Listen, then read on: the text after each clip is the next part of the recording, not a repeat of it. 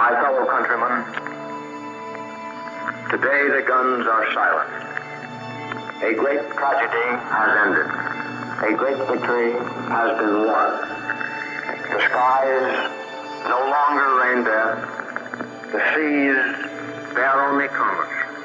Men everywhere walk upright in the sunlight. The entire world lies quietly at peace.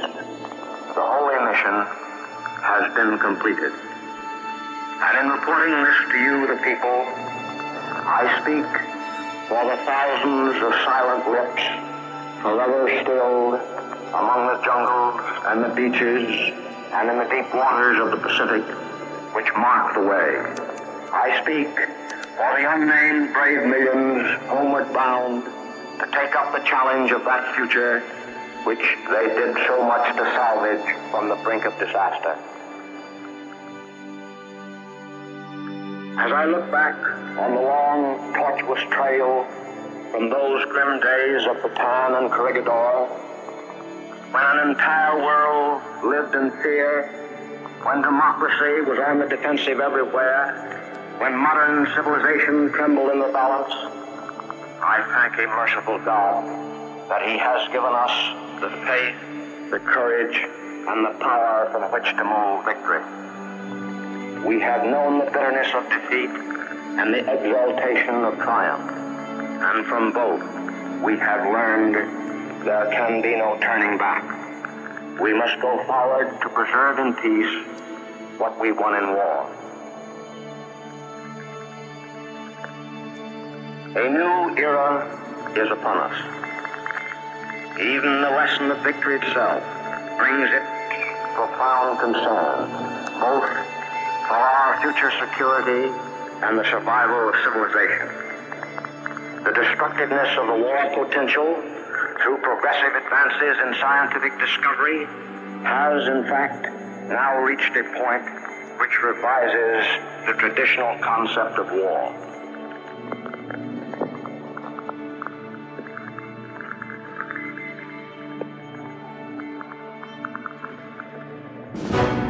Men, since the beginning of time, have sought peace. Various methods through the ages have been attempted to devise an international process to prevent or settle disputes between nations. From the very start, workable methods were found insofar as individual citizens were concerned. But the mechanics of an instrumentality of larger international scope have never been successful.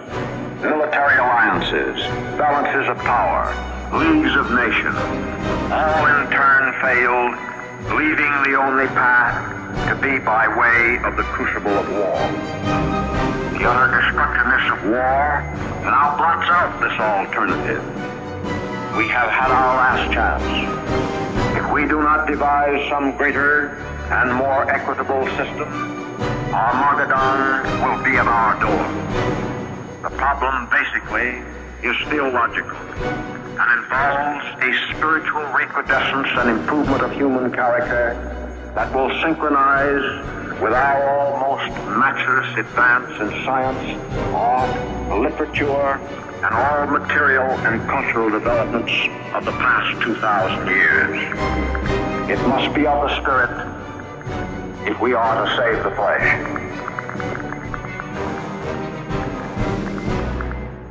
We stand in Tokyo today, reminiscent of our countryman Commodore Perry 92 years ago.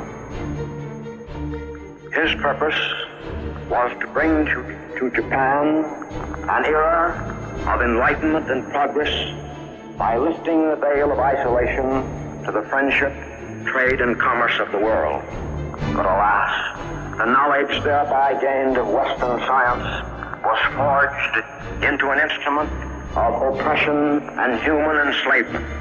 Freedom of expression, freedom of action, even freedom of thought were denied through suppression of liberal education, through appeal to superstition, and through the application of force. We are committed by the Potsdam Declaration of Principles to see that the Japanese people are liberated from this condition of slavery.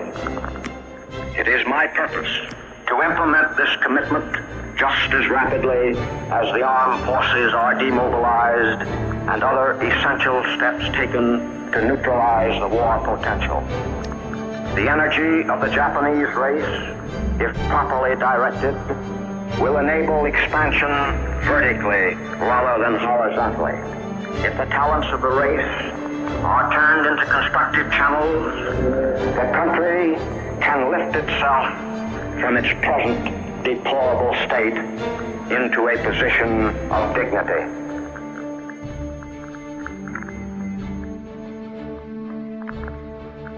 To the Pacific Basin has come the vista of a new, emancipated world. Today, freedom is on the offensive. Democracy is on the march.